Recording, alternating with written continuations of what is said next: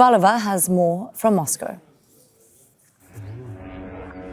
Massive Ukrainian drone strikes on Moscow and multiple Russian regions over the past few days. Many airports had to temporarily introduce flight restrictions.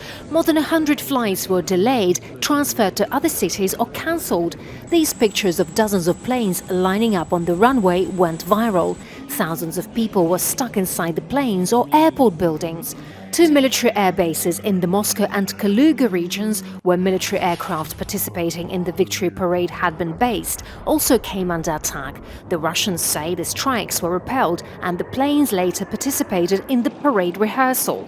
Moscow considers the recent attacks an attempt by Ukraine to make world leaders afraid to come to Moscow to take part in the Victory Day celebrations. The Kyiv regime holds a position aimed at continuing the war. It continues attempts to strike peaceful civilian infrastructure. Russian military and special services are doing everything possible to ensure that Victory Day celebrations take place in a calm atmosphere. Heads of state have begun arriving in Moscow. At least 29 world leaders are expected. The main concern for the Russian authorities now is providing security. Vladimir Putin announced a unilateral 3-day victory ceasefire starting from May the 8th. Ukrainian President Vladimir Zelensky rejected it, offering to stop the hostilities for a month and not just for the victory celebrations period.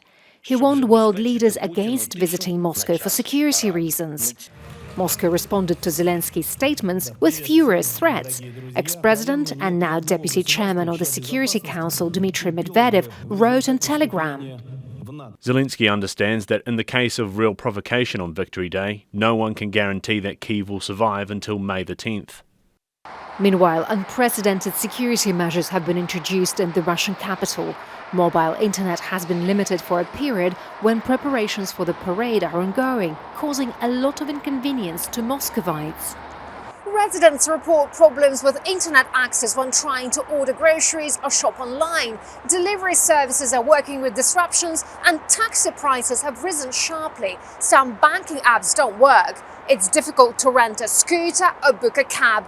Visitors have been warned that some cash machines aren't working either and told to carry cash.